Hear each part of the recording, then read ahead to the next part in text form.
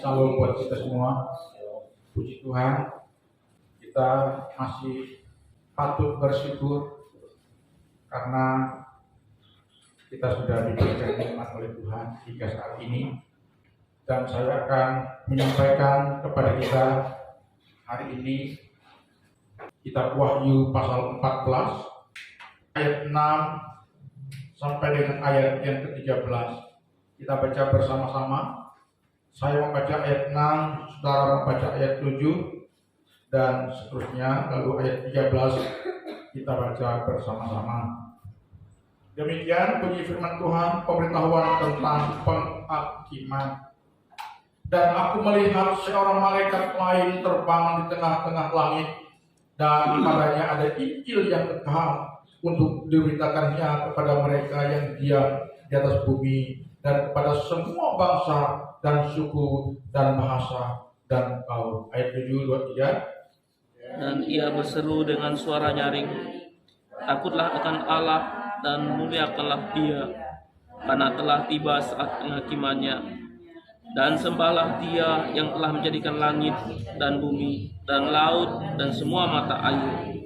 Dan seorang malaikat lain, malaikat kedua, menyusul Dia dan berkata, sudah rubuh Babel, kota besar itu, yang telah memabukkan segala bangsa dengan anggur hawa nafsu caburnya. Dan seorang malaikat lain, malaikat ketiga, menyusul mereka dan berkata dengan suara nyaring, jikalau seorang menyembah binatang dan patungnya itu, dan menerima tanda pada dahi atau pada tangan, maka ia akan minum dari anggur murka Allah yang disediakan tanpa campuran dalam cawan murkanya, dan ia akan disiksa dengan api dan belerang di depan mata malaikat-malaikat kudus dan di depan mata anak domba. maka asap api yang menyiksa mereka itu naik ke atas sampai selama-lamanya, dan siang malam mereka tidak henti-hentinya disiksa, yaitu mereka yang menyembah binatang serta patungnya itu, dan barang siapa yang telah menerima tanda namanya.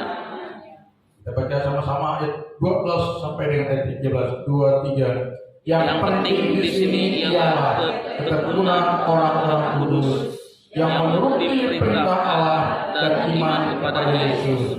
Dan aku mendengar suara dari surga berkata, tuliskan, bahagialah orang-orang mati yang mati dalam Tuhan sejak sekarang ini. Sungguh kata Roh, supaya mereka boleh beristirahat dan jerih lelah mereka, karena segala perbuatan mereka menyertai Dia. Perhatikan saudara, ayat-ayat yang kita baca ini adalah ayat-ayat yang menjelaskan kepada kita bagaimana dampak atau akibat dari orang-orang yang abai akan Tuhan. Dampak dan akibat dari orang-orang yang menduakan Tuhan, yang melakukan percabulan dengan Tuhan, itu sangat-sangat jijik di mata Tuhan. Kenapa demikian saudara? Karena kita ini adalah mempelainya Yesus Kristus. Ya. Lalu Yesus itu dianalogikan sebagai mempelai laki-laki. Jadi kita ini tunangannya Yesus. Jadi kalau dia namanya orang tunangan, apalagi kalau orang sudah bersuami istri, maka dia tidak hendak ada orang ketiga dalam hidup mereka. Dan orang ketiga inilah yang dibahasakan dalam Alkitab sebagai perbuatan cabul di hadapan Tuhan, yaitu kita tidak sungguh-sungguh mempercayai Tuhan, mengidolakan Tuhan, menyembah Tuhan, tapi masih ada Tuhan lain dalam hidup kita. Nah, saya tidak akan membahas ayat ini dilihat dari sudut pandang teologis. Kalau saya bahas dari sudut pandang teologis terlalu dalam, mungkin jemaat tidak bisa memahaminya, tapi saya akan menjelaskannya secara simpel dan gampang dalam pengertian kaum awam, dalam pengertian jemaat biasa, supaya kita dapat mencernanya dengan baik, dengan sederhana, dan dapat dipahami sekarang. Yang menjadi pokok bahasan kita hari ini adalah pada ayat yang ke-12. Ini yang ingin saya sampaikan kepada kita. Saya tidak bicara bagaimana nanti kita akan berhadapan dengan penghukuman Tuhan dan pengadilan Allah, tapi yang jelas ada tiga permintaan Tuhan kepada kita hari-hari ini supaya kita terhindar dari yang namanya hukuman Tuhan, agar apa yang disampaikan, yang ditulis oleh penulis Wahyu pada ayat yang ke-10 itu tidak kita alami kelak ketika kita berada dalam dunia keabadian kita. Sebab di dalam dunia keabadian kita ada dua tempat yang disediakan, ada tempat yang paling indah, ada tempat yang namanya tempat siksa. Itu dibahasakan di dalam ayat 10 dan ayat 11. Coba saya akan bacakan buat kita. Maka ia akan minum dari anggur murka Allah yang disediakan tanpa campuran dalam cawan murkanya, dan ia akan disiksa dengan api yang belerang di depan mata malaikat-malaikat kudus dan di depan mata anak domba. Apalagi, maka asap api yang menyiksa mereka itu naik ke atas sampai selama-lamanya, siang dan malam mereka tidak henti-hentinya disiksa, yaitu mereka yang menyembah binatang serta patungnya itu dan barang siapa yang telah menerima tandanya. Luar biasa, saudara. Artinya di dalam siksaan ternyata malaikat menyaksikan. Yesus juga melihat bagaimana orang-orang disiksa di alam keabadiannya. Dan saya ketika membaca ayat ini, saya sangat bergetar dan mengerikan, saudara. Ya, karena itu hari ini kepada kita semua, karena dunia ini adalah tempat yang sangat singkat untuk kita jalani. Tetapi di dunia keabadian itu kekal selama-lamanya. Karena memang sifat kita ini diciptakan dari makhluk kekal, maka kita akan kembali kepada kekekalan. Dan ketika kita kembali kepada kekekalan, ada satu hal yang harus kita hindari, yaitu siksaan di alam kekekalan jangan sampai kita alami. Dan untuk menghindari diri kita dari siksaan kekekalan ini, maka perhatikan ayat yang ke-12. Yang penting di sini ialah ketekunan orang-orang kudus yang menuruti perintah Allah dan iman kepada Yesus Kristus. Tapi ini saya balik. Pertama, kita harus benar-benar sehat di dalam keimanan kita. Sehat iman. Coba kalau iman kita tidak sehat, iman kita gampang diselewengkan, iman kita gampang dipelesetkan, iman kita gampang diserokkan, iman kita gampang dikaburkan. Ya. Jadi kita harus memiliki keimanan yang sehat. Salah satu tema kita tahun 2022 ini adalah bagaimana kita sebagai jemaat Kristen yang berkenan kepada Tuhan. Salah satu tanda adalah kita harus memiliki keimanan yang sehat. Katakan amin. Keimanan yang sehat adalah keimanan yang murni, dengan iman yang bertitik tolak kepada Yesus Kristus. Ya, di luar Yesus Kristus itu bukan iman yang menyelamatkan. Kita boleh, dunia boleh banyak memiliki Tuhan, agama boleh banyak memiliki Tuhan, tapi Kristen, orang Kristen hanya memiliki satu Tuhan yang menyelamatkan, yaitu Tuhan kita Yesus Kristus. Jadi kalau kita memiliki keimanan yang benar, yang murni, yang sehat, maka iman kita tertuju pada satu oknum yang bernama Yesus Kristus, karena dialah penebus kita. Dia sudah mati bagi kita, menggantikan segala salah dosa dan pemberontakan kita di atas kayu. Nah, setelah kita memantapkan iman kita kepada Yesus Kristus, maka diperlukan langkah kedua. Apa langkah keduanya? Ketekunan. Ketekunan untuk hidup di dalam perjalanan iman tadi.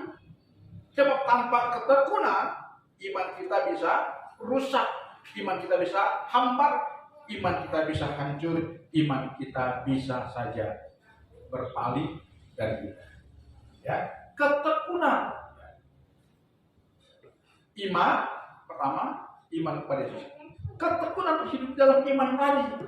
Ya, ketekunan untuk hidup dalam iman dengan kita melakukan yang akan ketiga, yaitu melakukan menuruti perintah Allah. Nah, jadi dengan kita melakukan ketiga ini tadi, saya percaya kita akan menjadi orang Kristen yang militan, kita akan menjadi orang Kristen yang tetap bersinar, kita akan menjadi orang Kristen yang tetap menjadi berkat. Hidup kita, kesaksian kita bisa memuliakan Tuhan, membawa kemuliaan Tuhan, dan hidup kita akan menjadi berkat, memberikan dorongan, semangat, inspirasi kepada banyak orang, karena kita sudah melakukan ketiga hal yang sangat penting tadi. Iman kepada Yesus, tekun dalam keimanan kita, menuruti perintah Tuhan. Ya. Apa salah satu perintah Tuhan yang harus kita turuti, saudara-saudara? Perintah Tuhan yang harus kita turuti yang paling gampang adalah hukum 10 hukum Allah. Salah satunya, kuduskanlah, hormatilah, dan kuduskanlah hari Sabat. Coba Yesus baca di Keluaran pasal berapa itu? Hormatilah dan kuduskanlah hari Sabat.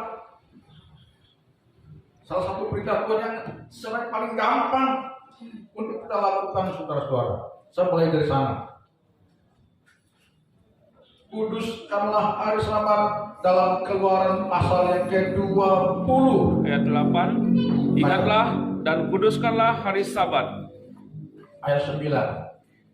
6 hari lamanya engkau akan bekerja dan melakukan segala pekerjaanmu. Tetapi hari ke-7 adalah hari Sabat Tuhan Allahmu. Maka jangan melakukan sesuatu pekerjaan, engkau atau anakmu laki-laki atau anakmu perempuan, atau hambamu laki-laki atau hambamu perempuan, atau hewanmu atau orang asing yang di tempat kediamanmu. Ayat 11. Sebab 6 hari lamanya Tuhan menjadikan langit dan bumi, laut dan segala isinya, dan ia berhenti pada hari ke-7. Itulah sebabnya Tuhan memberkati hari Sabat dan menguduskannya. Amin. Salah satu perintah Tuhan yang tidak boleh kita abaikan adalah apa tadi? Ingatlah dan kuduskanlah hari Sabat. Apa artinya hari Sabat? Hari Sabat adalah hari perhentian.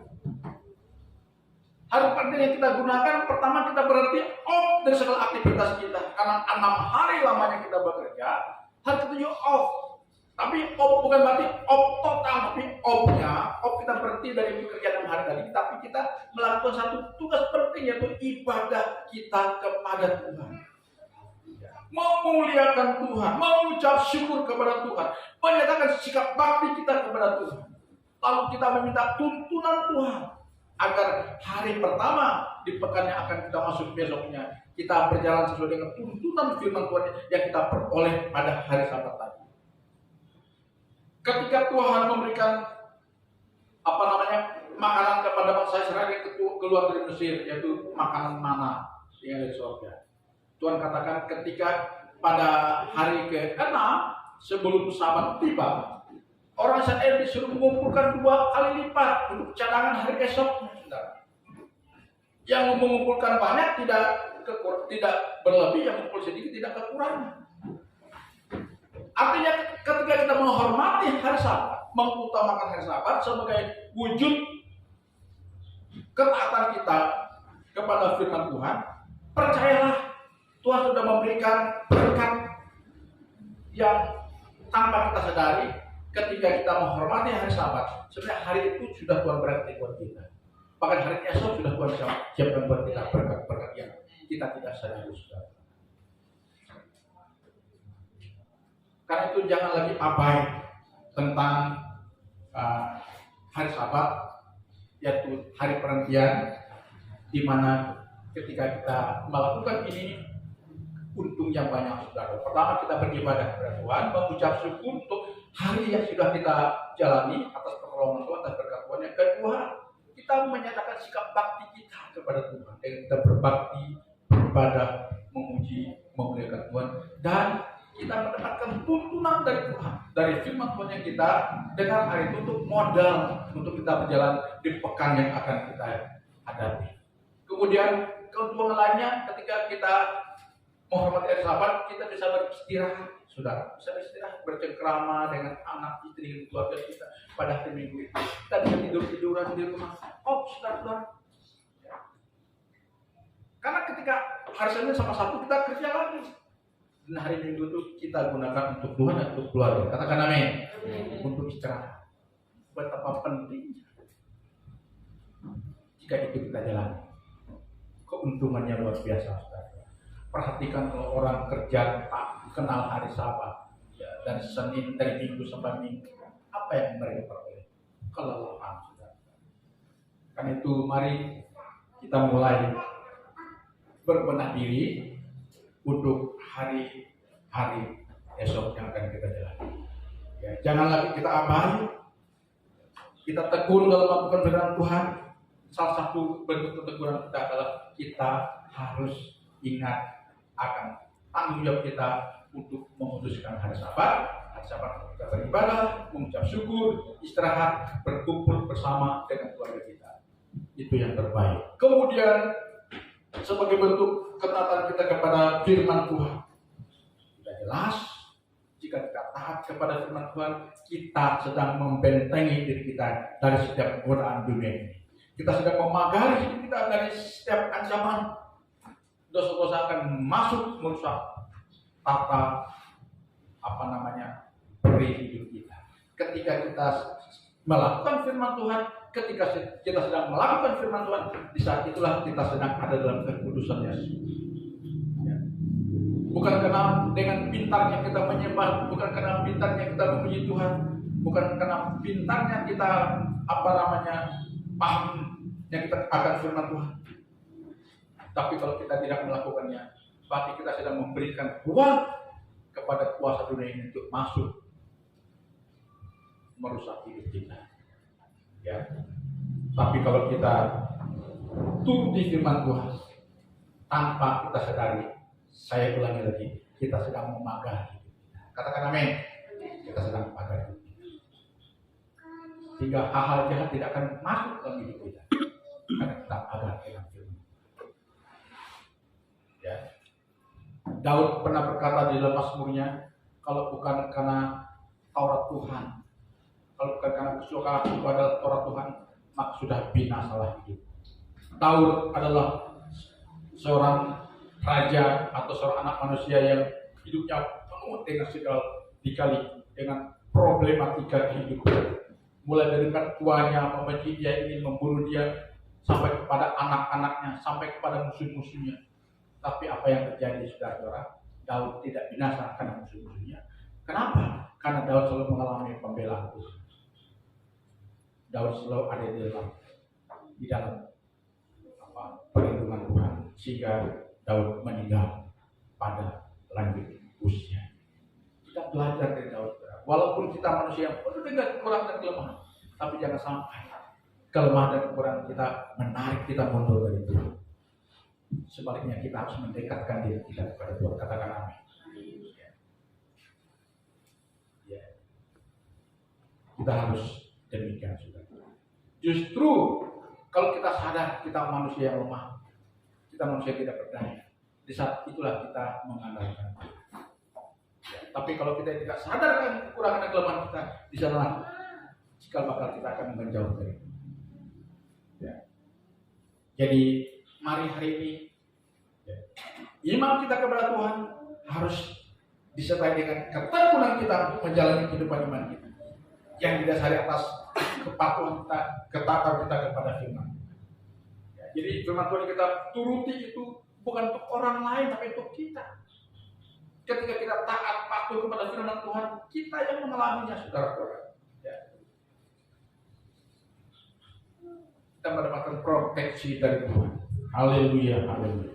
Ya. Jadi mari, saya tidak akan panjang hari ini. Apa yang Tuhan inginkan dari kita? Ingat, pertama, iman pada Yesus Kristus. Yang kedua, tekun tekun, dan taat kepada perintah Tuhan. Dengan demikian, percayalah, saya akan akhiri di dalam Yosua pasal 1 ayat 9. Yosua 1 ayat 9.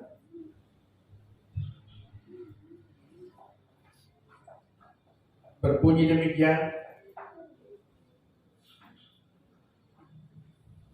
ayat 7 saya bacakan sampai dengan 9.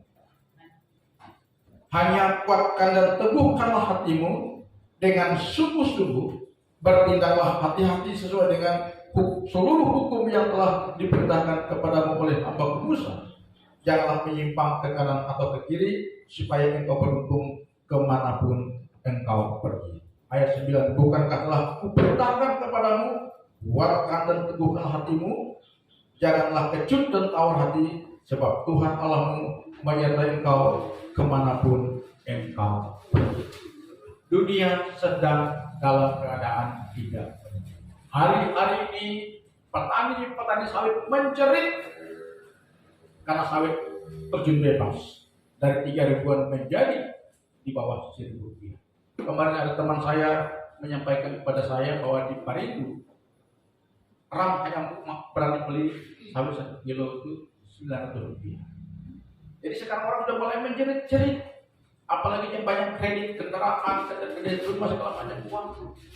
Ya, kalau ini berlalu banyak mobil yang ditarik, banyak motor ditarik, banyak hal yang membuat orang menjadi kelaparan. Tapi percayalah, saya percaya jika kita sebagai orang Kristen, kita ada di dalam Tuhan, kita tetap koneksi dengan Tuhan, kita tetap kuat dalam keimanan, kita tetap tekun menjadi Tuhan, kita turut firman Tuhan, maka apapun yang terjadi, Tuhan akan menjadi pembela kita. Amin. Ya, Tuhan katakan kita tetap kuat. Ketika kita kuat dalam hal keimanan, tetap lakukan firman Tuhan, maka percaya kita tidak akan dilindas oleh masalah-masalah yang akan terjadi. Kita akan ambil beda. Katakan amin. Disitulah kita melihat perbedaan antara orang yang bertuhan dan orang yang tidak bertuhan, antara orang yang beriman dan orang yang tidak beriman, antara orang yang taat dan orang yang tidak taat. Di sana akan ada perbedaan. Karena dalam Maliaki mengatakan akan ada perbedaan yang sangat signifikan orang yang beribadah kepada Tuhan dengan orang-orang yang tidak beribadah kepada Tuhan. Ada perbedaannya, saudara. Ya. Jadi saya mengakhiri ayat ini buat kita, pesan buat kita, mari Tuhan ingatkan kepada kita ya, supaya kita melakukan ketiga hal yang terpenting tadi, yaitu saya bacakan Wahyu 14 ayat 12. Yang penting di sini ialah apa? Ketekunan orang-orang kudus yang menuruti perintah Allah dan iman kepada Yesus Kristus. Jika kita sudah melakukan ketiga hal tadi, maka dengar ya janji Tuhan kepada kita. Dan aku mendengar suara dari surga berkata, tuliskan, berbahagialah orang-orang yang mati dalam Tuhan sejak sekarang ini, sungguh kata Roh, supaya mereka boleh beristirahat dari jerih payah dan lelah mereka, karena segala perbuatan mereka menyertai kita. Wah, janji Tuhan kepada kita. Manakala kita kembali kepada kekekalan, kita akan disambut oleh malaikat Tuhan. Kita dikatakan orang yang paling berbahagia. Haleluya. Dengan melakukan ketiga hal tadi, kita akan menjadi orang yang berbahagia. Dan orang yang berbahagia tidak hanya ketika nanti kita sampai di surga, tapi di dunia ini kita akan merasakan kebahagiaan. Katakan amin. Kebahagiaan yang hakiki tidak harus kita tidak kita rasakan ketika kita ada di surga, sampai di surga, tapi sudah mulai kita nikmati ketika kita masih ada di dalam dunia. Mau kita menjadi orang yang berbahagia di dunia? Amin. Maka tadi sarannya adalah lakukan tiga hal penting tadi: iman kepada Yesus, tekun menjadi Tuhan, tekun melakukan perintah Tuhan. Saya percaya kita akan berbahagia. Sebagaimana yang disampaikan oleh Tuhan Yesus ketika ibu-ibu memuji siapa sih wanita yang melahirkan Yesus. Ketika Yesus berkhotbah, banyak tanda mujizat yang dilakukan, lalu ibu-ibu mengatakan, berbahagialah ibu yang melahirkan dia. Ya, Yesus mendengar, yang berbahagia bukan ibu yang melahirkan aku, tapi yang berbahagia adalah ketika mereka melakukan firman. Ya. Jadi kebahagiaan hari ini langka kita harus dapatkan ya, pada banyak orang. Hanya segelintir orang yang merasakan bahagia, yang merasakan kebahagiaan, yaitu bagi mereka yang menuruti perintah Tuhan. Mau saudara menjadi orang yang berbahagia ini, lakukan perintah Tuhan. Ya, kita sudah berbahagia di dunia, berbahagia di surga. Tuhan memberkati kita. Haleluya. Mari kita bangkit berdiri. Haleluya.